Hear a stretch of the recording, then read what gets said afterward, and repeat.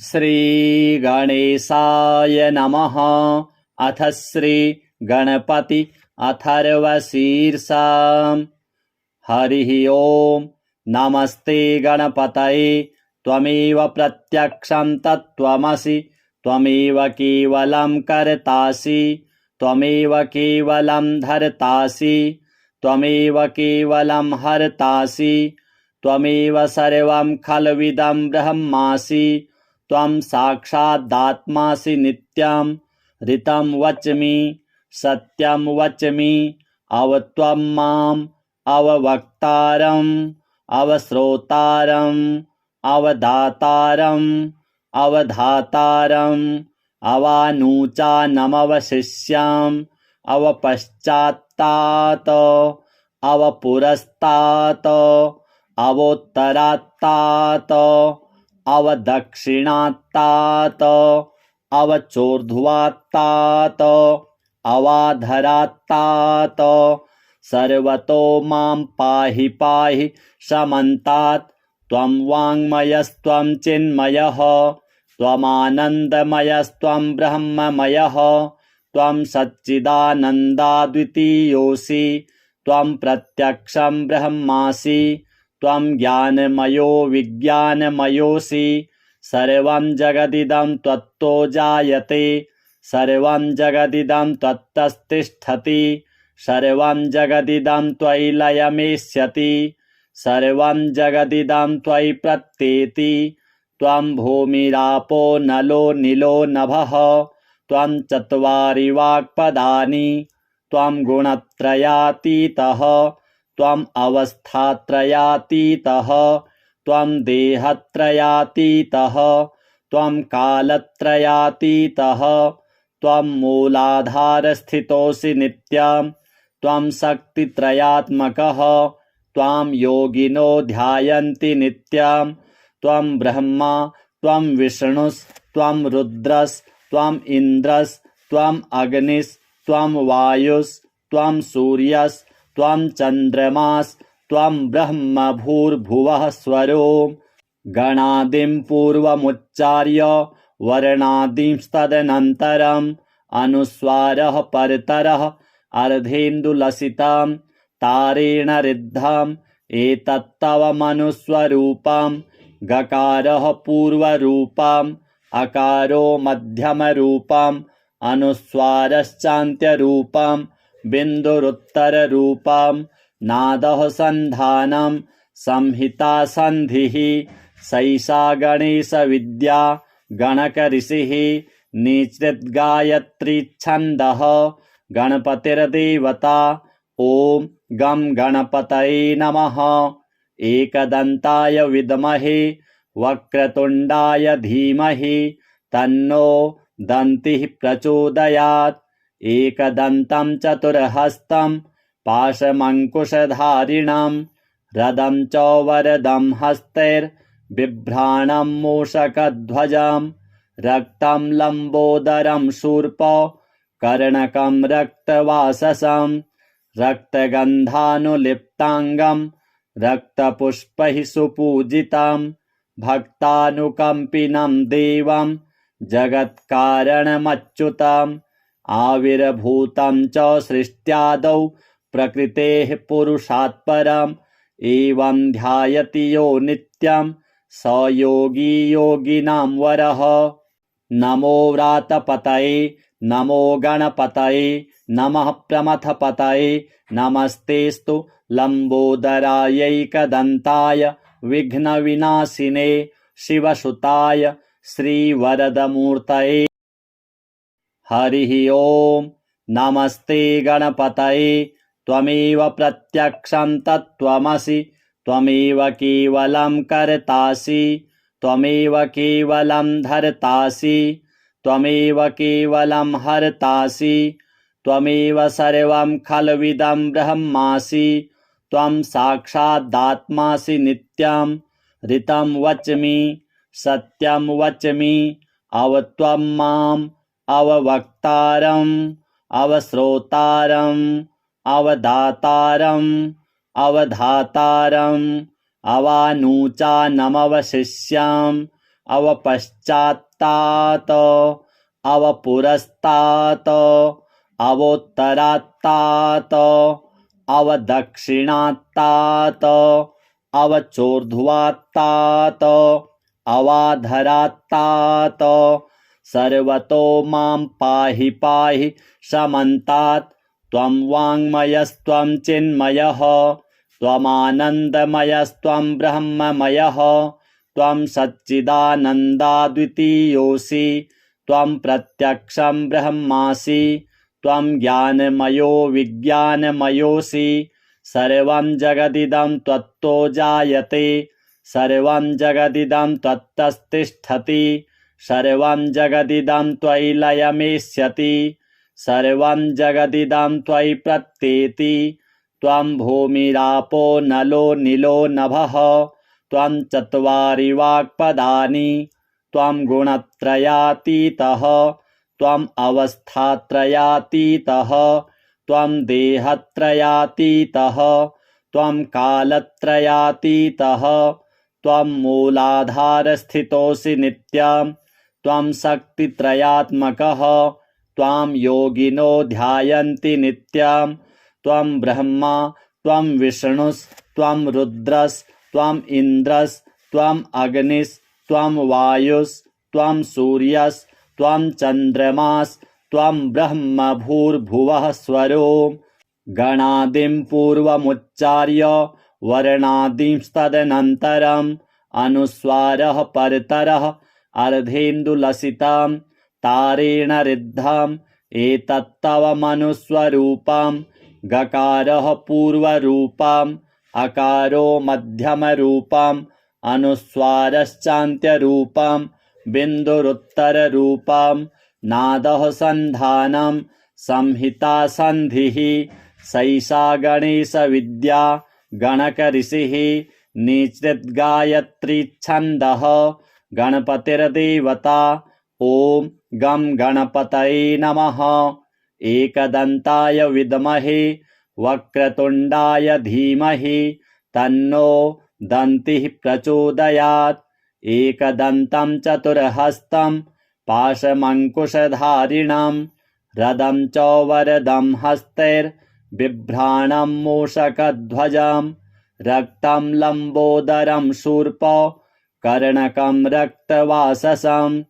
रक्तगन्धानुलिप्ताङ्गं रक्तपुष्पैः सुपूजितं भक्तानुकम्पिनं देवं जगत्कारणमच्युतम् आविर्भूतं च सृष्ट्यादौ प्रकृतेः पुरुषात् परम् एवं ध्यायति यो नित्यं स योगी योगिनां वरः नमो व्रातपतये नमो गणपतये नमः प्रमथपतये नमस्तेस्तु लम्बोदरायैकदन्ताय विघ्नविनाशिने शिवसुताय श्रीवरदमूर्तये हरिः ॐ नमस्ते गणपतये त्वमेव प्रत्यक्षं तत्त्वमसि त्वमेव केवलं कर्तासि त्वमेव केवलं धर्तासि त्वमेव केवलं हर्तासि त्वमेव सर्वं खल्विदं ब्रह्मासि त्वं साक्षादात्मासि नित्यं ऋतं वच्मि सत्यं वच्मि अवत्वं माम् अववक्तारम् अवश्रोतारम् अवदातारम् अवधातारम् अवानूचानमवशिष्याम् अवपश्चात्तात् अवपुरस्तात् अवोत्तरात्तात् अवदक्षिणात्तात् अवचोर्ध्वात्तात् अवाधरात्तात् सर्वतो मां पाहि पाहि समन्तात् त्वं वाङ्मयस्त्वं चिन्मयः त्वमानन्दमयस्त्वं ब्रह्ममयः त्वं सच्चिदानन्दाद्वितीयोऽसि त्वं प्रत्यक्षं ब्रह्मासि त्वं ज्ञानमयो विज्ञानमयोऽसि सर्वं जगदिदं त्वत्तो जायते सर्वं जगदिदं त्वत्तस्तिष्ठति सर्वं जगदिदं त्वयि लयमेष्यति सर्वं जगदिदं त्वयि प्रत्येति त्वं भूमिरापो नलो नीलो नभः त्वं चत्वारि वाक्पदानि त्वं गुणत्रयातीतः त्वम् अवस्थात्रयातीतः त्वं देहत्रयातीतः त्वं कालत्रयातीतः त्वं मूलाधारस्थितोऽसि नित्यं त्वं शक्तित्रयात्मकः त्वां योगिनो ध्यायन्ति नित्यं त्वं ब्रह्मा त्वं विष्णुस्त्वं रुद्रस्त्वम् इन्द्रस्त्वम् अग्निस्त्वं वायुस्त्वं सूर्यस्त्वं चन्द्रमास्त्वं ब्रह्म भूर्भुवः स्वरों गणादिं पूर्वमुच्चार्य वर्णादिंस्तदनन्तरम् अनुस्वारः परतरः अर्धेन्दुलसितं तारेण ऋद्धम् एतत्तव मनुस्वरूपं गकारः पूर्वरूपम् अकारो मध्यमरूपम् अनुस्वारश्चान्त्यरूपम् बिन्दुरुत्तररूपम् नादः सन्धानं संहिता सन्धिः सैषा गणेशविद्या गणकऋषिः निश्चिद्गायत्रीच्छन्दः गणपतिर्देवता ॐ गं गणपतये नमः। एकदन्ताय विद्महे वक्रतुण्डाय धीमहि तन्नो दन्तिः प्रचोदयात्। एकदन्तं चतुर्हस्तं पाशमङ्कुशधारिणं रदं च वरदं हस्तैर्बिभ्राणं मूषकध्वजं रक्तं लम्बोदरं शूर्प कर्णकं रक्तवाससं रक्तगन्धानुलिप्ताङ्गं रक्तपुष्पैः सुपूजितं भक्तानुकम्पिनं देवं जगत्कारणमच्युतम् आविर्भूतं च सृष्ट्यादौ प्रकृतेः पुरुषात् परम् एवं ध्यायति यो नित्यं स योगी योगिनां वरः। नमो व्रातपतये नमो गणपतये नमः प्रमथपतये नमस्तेस्तु लम्बोदरायैकदन्ताय विघ्नविनाशिने शिवसुताय श्रीवरदमूर्तये नमः।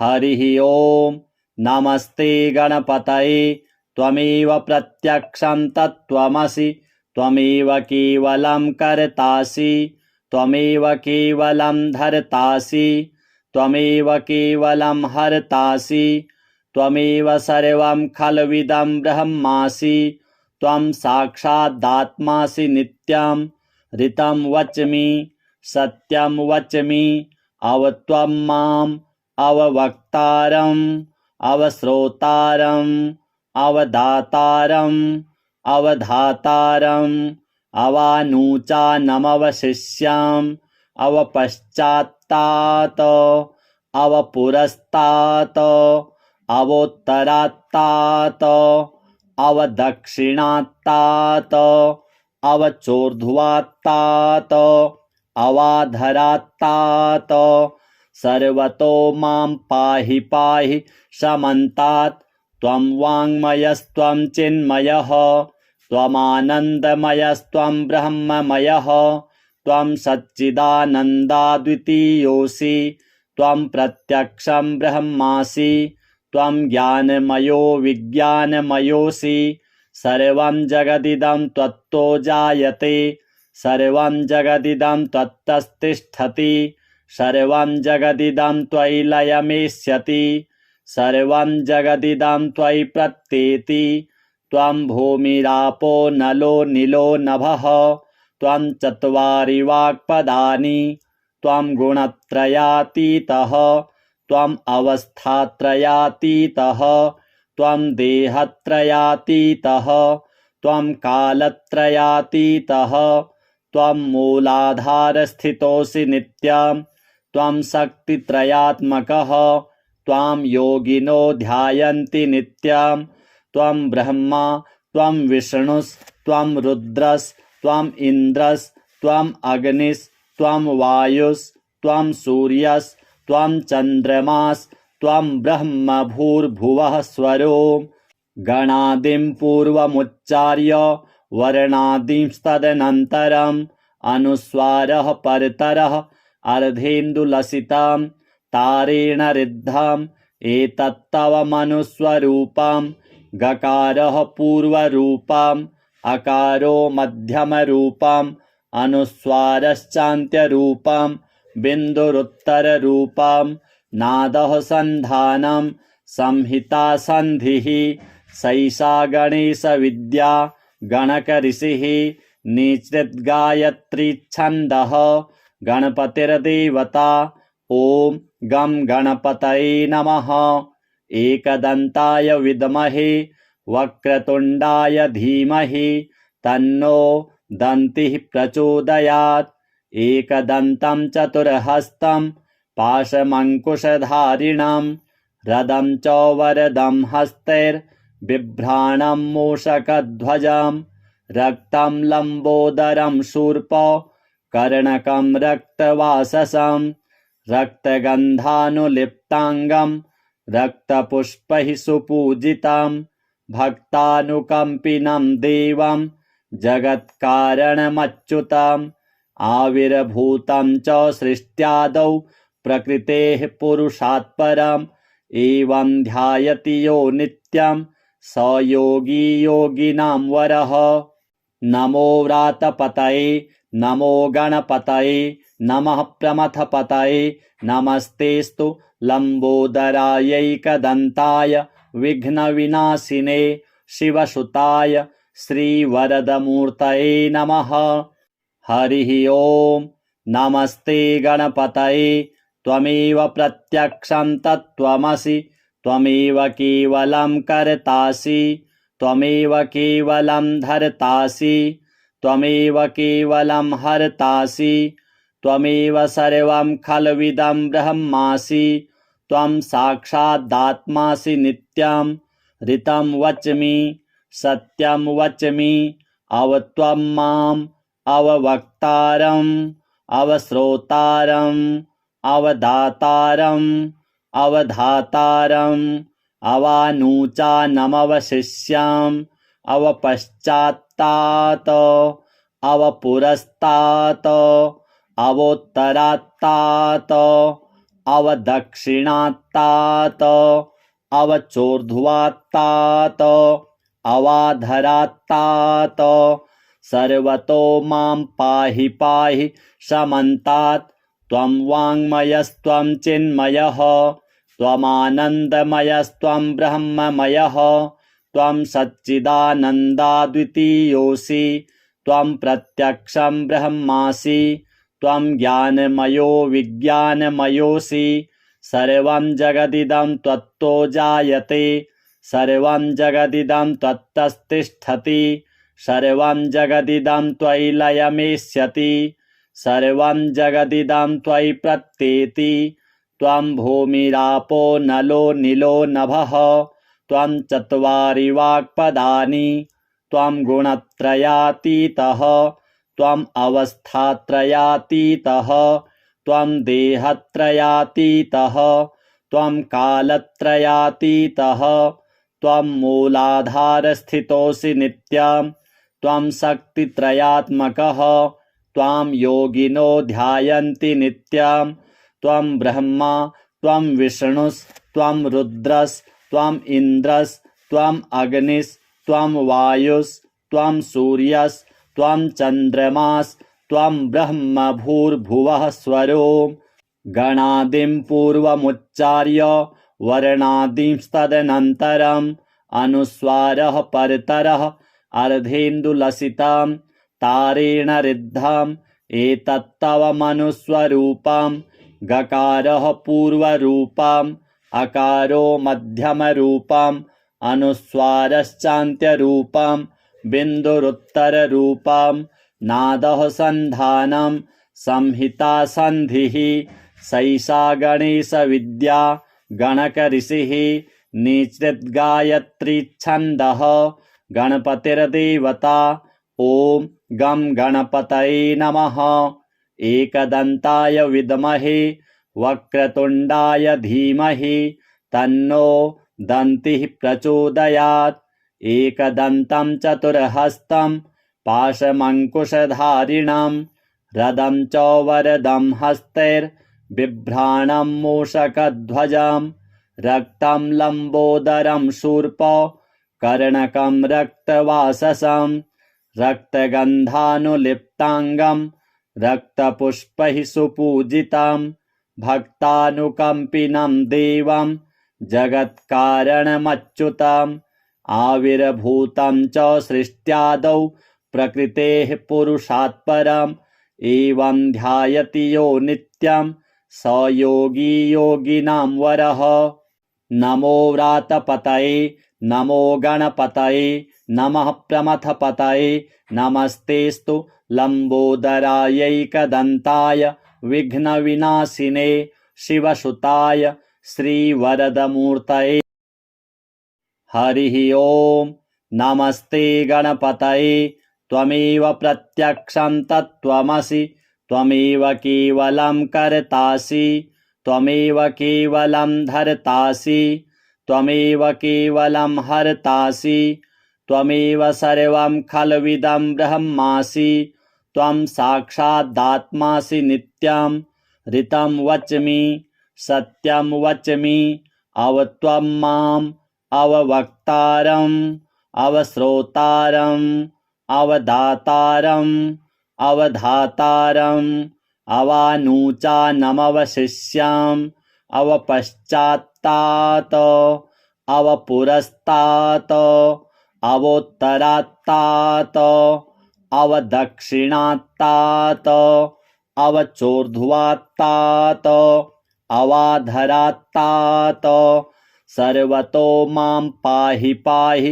समन्तात् त्वं वाङ्मयस्त्वं चिन्मयः त्वमानन्दमयस्त्वं ब्रह्ममयः त्वं सच्चिदानन्दाद्वितीयोऽसि त्वं प्रत्यक्षं ब्रह्मासि त्वं ज्ञानमयो विज्ञानमयोऽसि सर्वं जगदिदं त्वत्तो जायते सर्वं जगदिदं त्वत्तस्तिष्ठति सर्वं जगदिदं त्वयि लयमेष्यति सर्वं जगदिदं त्वयि प्रत्येति त्वं भूमिरापो नलो नीलो नभः त्वं चत्वारि वाक्पदानि त्वं गुणत्रयातीतः त्वम् अवस्थात्रयातीतः त्वं देहत्रयातीतः त्वं कालत्रयातीतः त्वं मूलाधारस्थितोऽसि नित्यं त्वं शक्तित्रयात्मकः त्वां योगिनो ध्यायन्ति नित्यं त्वं ब्रह्मा त्वं विष्णुस्त्वं रुद्रस्त्वम् इन्द्रस्त्वम् अग्निस्त्वं वायुस्त्वं सूर्यस्त्वं चन्द्रमास्त्वं ब्रह्म भूर्भुवः स्वरो गणादिं पूर्वमुच्चार्य वर्णादिंस्तदनन्तरम् अनुस्वारः परतरः अर्धेन्दुलसितं तारेण ऋद्धम् एतत्तव मनुस्वरूपं गकारः पूर्वरूपम् अकारो मध्यमरूपम् अनुस्वारश्चान्त्यरूपम् बिन्दुरुत्तररूपम् नादः सन्धानं संहिता सन्धिः सैषा गणेशविद्या गणकऋषिः निश्चितगायत्रीच्छन्दः गणपतिर्देवता। ॐ गं गणपतये नमः। एकदन्ताय विद्महे वक्रतुण्डाय धीमहि तन्नो दन्तिः प्रचोदयात्।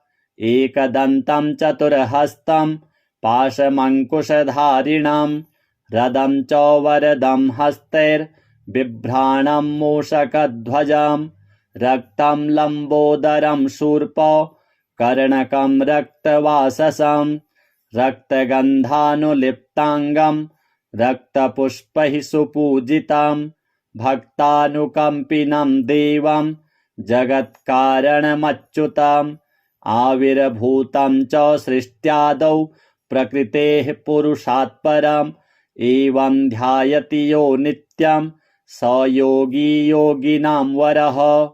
नमो व्रातपतये नमो गणपतये नमः प्रमथपतये नमस्तेस्तु लम्बोदरायैकदन्ताय विघ्नविनाशिने शिवसुताय श्रीवरदमूर्तये नमः।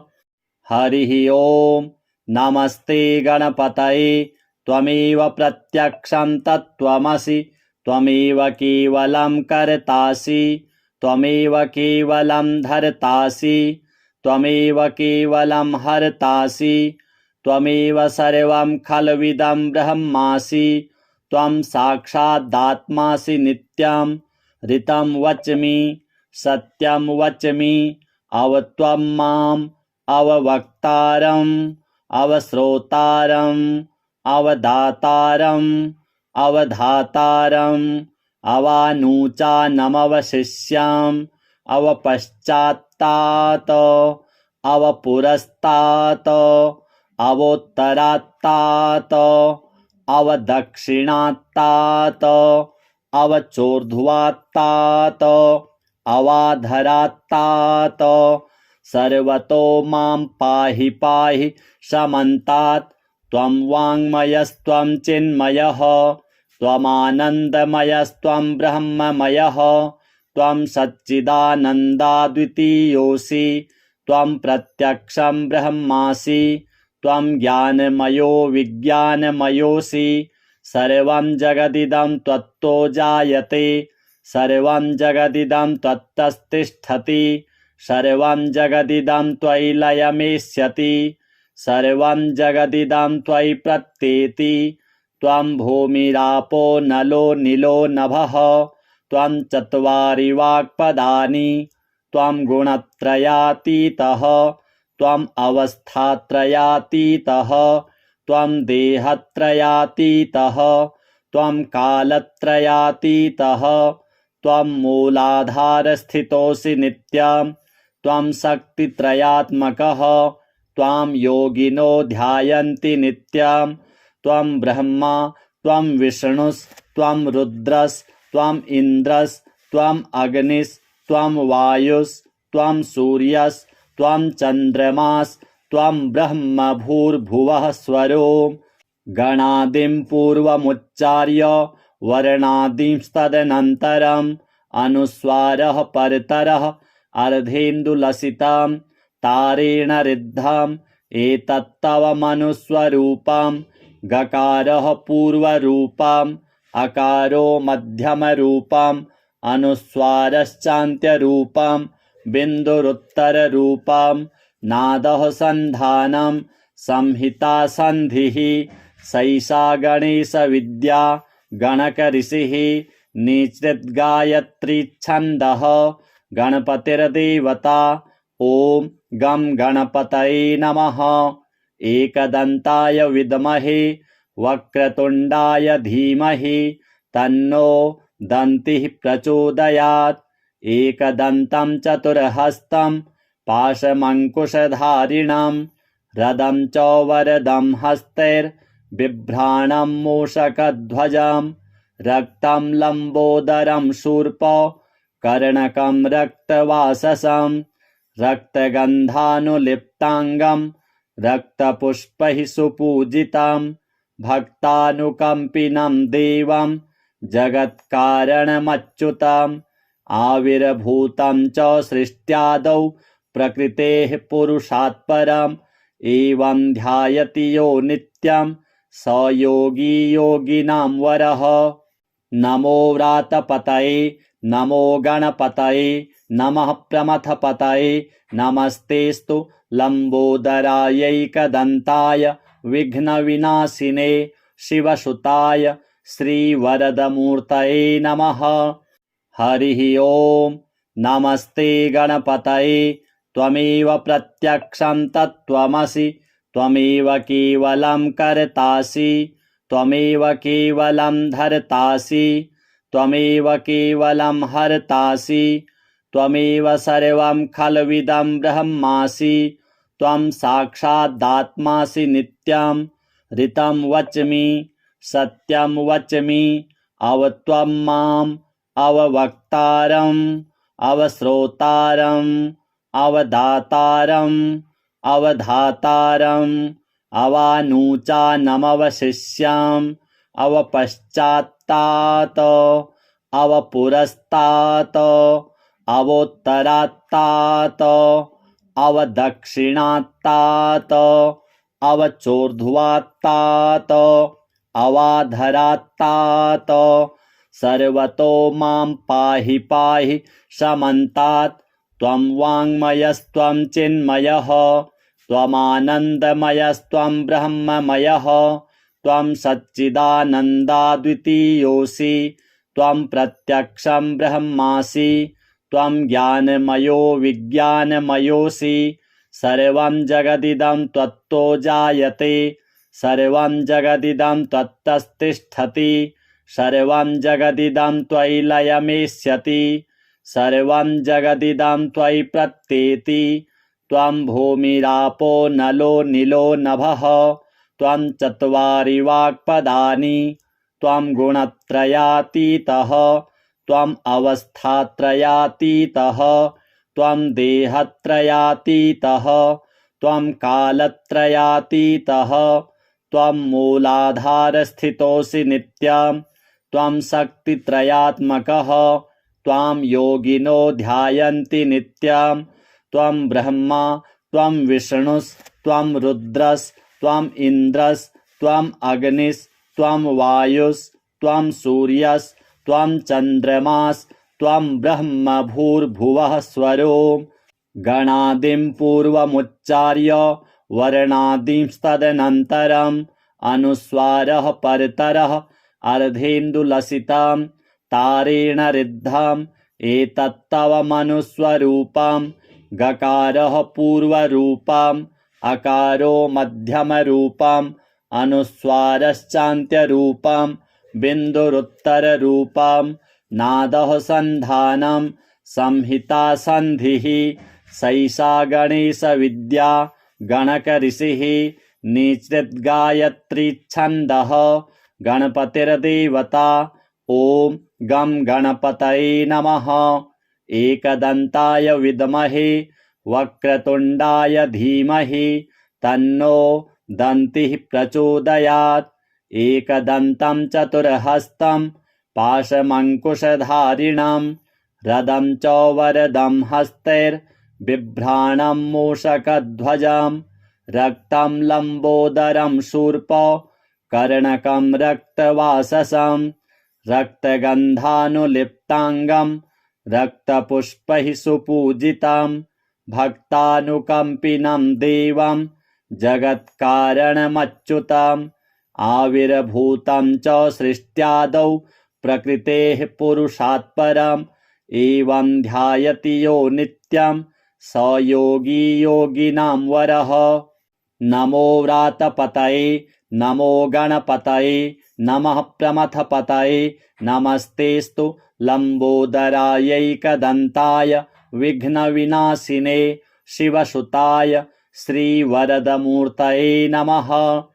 हरिः ओं नमस्ते गणपतये त्वमेव प्रत्यक्षं तत्त्वमसि त्वमेव केवलं कर्तासि त्वमेव केवलं धर्तासि त्वमेव केवलं हर्तासि त्वमेव सर्वं खल्विदं ब्रह्मासि त्वं साक्षादात्मासि नित्यं ऋतं वच्मि सत्यं वच्मि अवत्वं माम् अववक्तारम् अवश्रोतारम् अवदातारम् अवधातारम् अवानूचानमवशिष्याम् अवपश्चात्तात् अवपुरस्तात् अवोत्तरात्तात् अवदक्षिणात्तात् अवचोर्ध्वात्तात् अवाधरात्तात् सर्वतो मां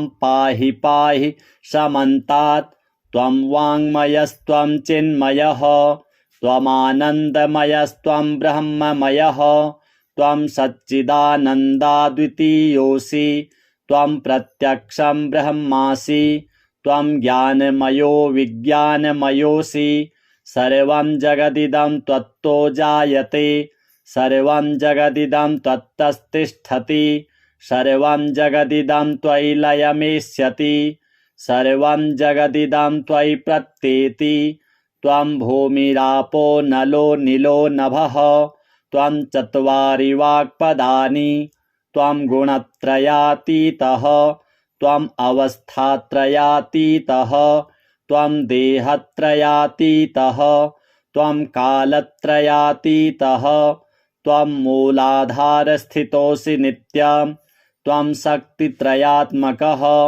त्वां योगिनो ध्यायन्ति नित्यं त्वं ब्रह्मा त्वं विष्णुस्त्वं रुद्रस्त्वम् इन्द्रस्त्वम् अग्निस्त्वं वायुस्त्वं सूर्यस्त्वं चन्द्रमास्त्वं ब्रह्म भूर्भुवः स्वरों गणादिं पूर्वमुच्चार्य वर्णादिंस्तदनन्तरम् अनुस्वारः परतरः अर्धेन्दुलसितं तारेण रिद्धम् एतत्तव मनुस्वरूपं गकारः पूर्वरूपम् अकारो मध्यमरूपम् अनुस्वारश्चान्त्यरूपं बिन्दुरुत्तररूपं नादः सन्धानं संहिता सन्धिः सैषा गणेशविद्या गणकऋषिः निश्चिद्गायत्रीच्छन्दः गणपतिर्देवता ॐ गं गणपतये नमः। एकदन्ताय विद्महे वक्रतुण्डाय धीमहि तन्नो दन्तिः प्रचोदयात्। एकदन्तं चतुर्हस्तं पाशमङ्कुशधारिणं रदं च वरदं हस्तैर्बिभ्राणं मूषकध्वजं रक्तं लम्बोदरं शूर्प कर्णकं रक्तवाससं रक्तगन्धानुलिप्ताङ्गं रक्तपुष्पैः सुपूजितं भक्तानुकम्पिनं देवं जगत्कारणमच्युतम् आविर्भूतं च सृष्ट्यादौ प्रकृतेः पुरुषात्परम् एवं ध्यायति यो नित्यं स योगी योगिनां वरः। नमो व्रातपतये नमो गणपतये नमः प्रमथपतये नमस्तेस्तु लम्बोदरायैकदन्ताय विघ्नविनाशिने शिवसुताय श्रीवरदमूर्तये। हरिः ॐ नमस्ते गणपतये त्वमेव प्रत्यक्षं तत्त्वमसि त्वमेव केवलं कर्तासि त्वमेव केवलं धर्तासि त्वमेव केवलं हर्तासि त्वमेव सर्वं खल्विदं ब्रह्मासि त्वं साक्षादात्मासि नित्यं ऋतं वच्मि सत्यं वच्मि अवत्वं माम् अववक्तारम् अवश्रोतारम् अवदातारम् अवधातारम् अवानूचानमवशिष्याम् अवपश्चात्तात् अवपुरस्तात् अवोत्तरात्तात् अवदक्षिणात्तात् अवचोर्ध्वात्तात् अवाधरात्तात् सर्वतो मां पाहि पाहि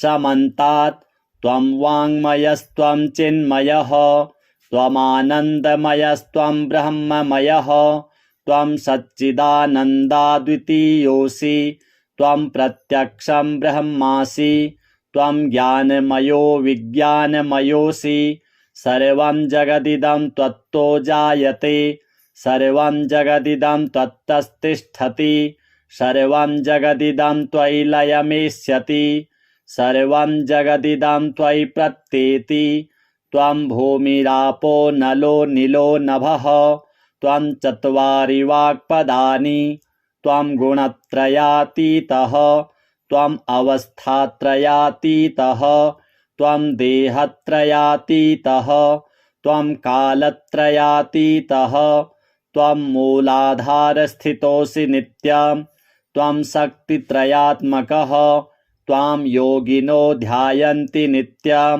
त्वं ब्रह्मा त्वं विष्णुस्त्वं रुद्रस्त्वम् इन्द्रस्त्वम् अग्निस्त्वं वायुस्त्वं सूर्यस्त्वं चन्द्रमास्त्वं ब्रह्म भूर्भुवः स्वरों गणादिं पूर्वमुच्चार्य वर्णादिंस्तदनन्तरम् अनुस्वारः परतरः अर्धेन्दुलसितं तारेण रिद्धम् एतत्तव मनुस्वरूपं गकारः पूर्वरूपम् अकारो मध्यमरूपम् अनुस्वारश्चान्त्यरूपम् बिन्दुरुत्तररूपम् नादः सन्धानं संहिता सन्धिः सैषा गणेशविद्या गणकऋषिः निश्चिद्गायत्रीच्छन्दः गणपतिर्देवता।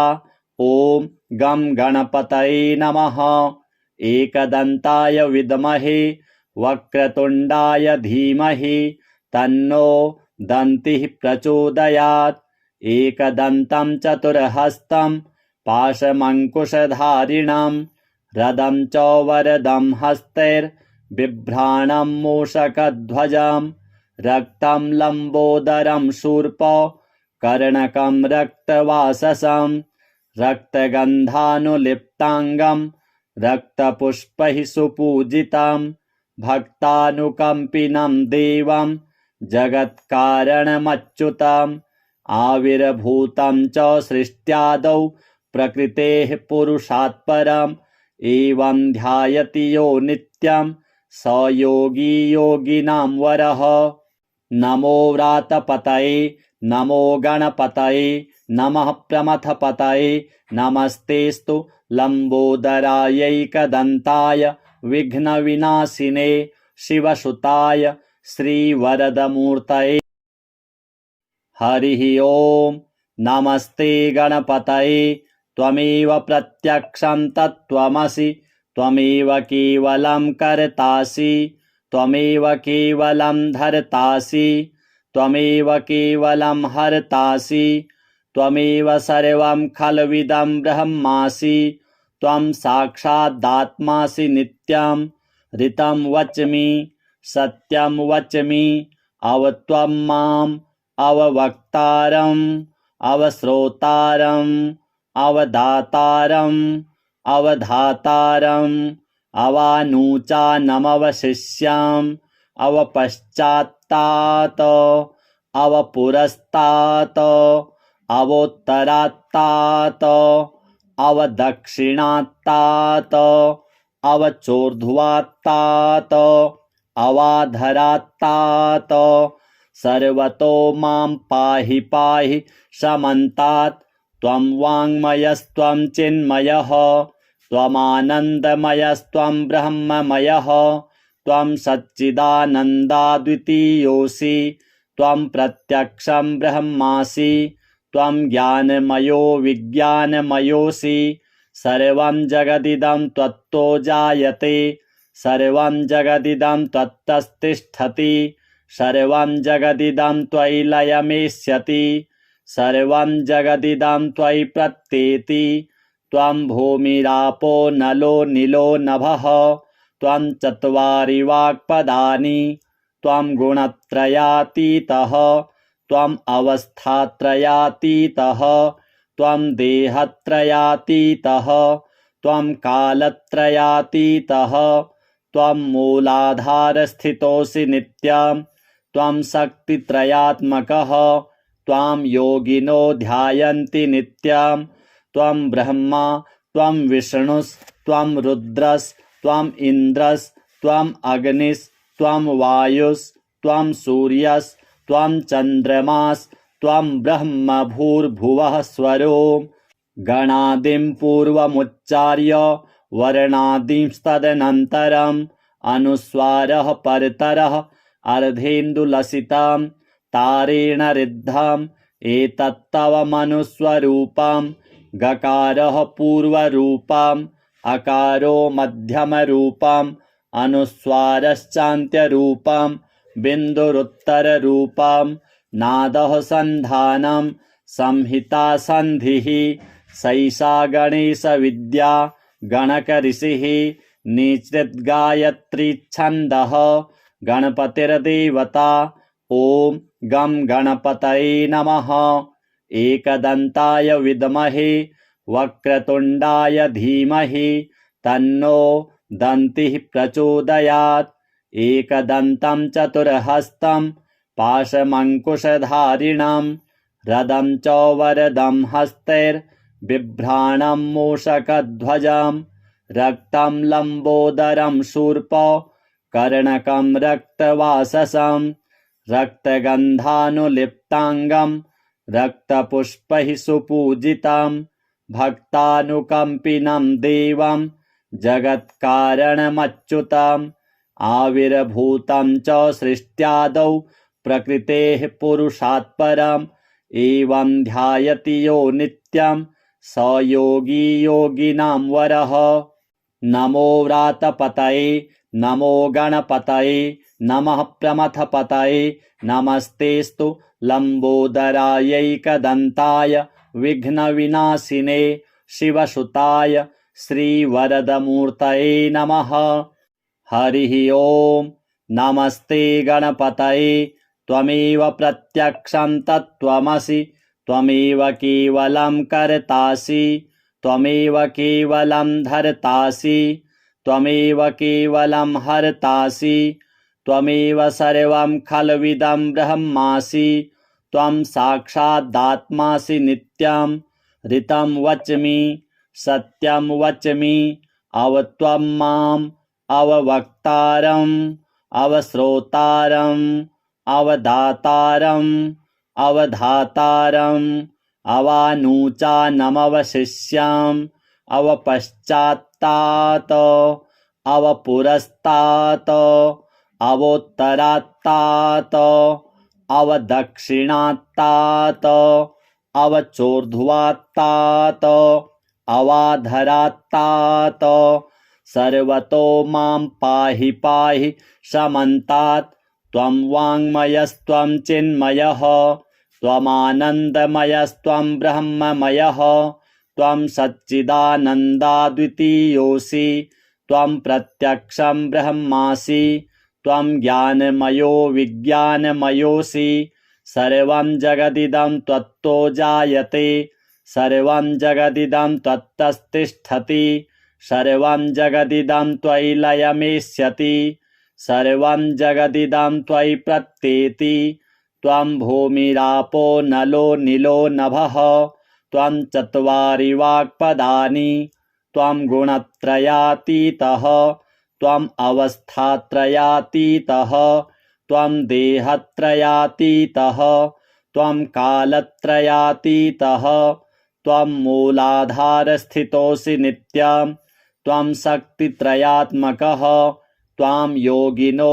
ध्यायन्ति नित्यं त्वं ब्रह्मा त्वं विष्णुस्त्वं रुद्रस्त्वम् इन्द्रस्त्वम् अग्निस्त्वं वायुस्त्वं सूर्यस्त्वं चन्द्रमास्त्वं ब्रह्म भूर्भुवः स्वरों गणादिं पूर्वमुच्चार्य वर्णादिंस्तदनन्तरम् अनुस्वारः परतरः अर्धेन्दुलसितं तारेण ऋद्धम् एतत्तव मनुस्वरूपं गकारः पूर्वरूपम् अकारो मध्यमरूपम् अनुस्वारश्चान्त्यरूपम् बिन्दुरुत्तररूपम् नादः सन्धानं संहिता सन्धिः सैषा गणेशविद्या गणकऋषिः निश्चिद्गायत्रीच्छन्दः गणपतिर्देवता ॐ गं गणपतये नमः।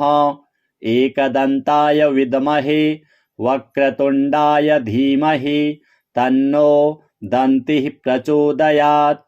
एकदन्तं चतुर्हस्तं पाशमङ्कुशधारिणं रदं च वरदं हस्तैर्बिभ्राणं मूषकध्वजं रक्तं लम्बोदरं शूर्प कर्णकं रक्तवाससं रक्तगन्धानुलिप्ताङ्गं रक्तपुष्पैः सुपूजितं भक्तानुकम्पिनं देवं जगत्कारणमच्युतम् आविर्भूतं च सृष्ट्यादौ प्रकृतेः पुरुषात् परम् एवं ध्यायति यो नित्यं स योगी योगिनां वरः।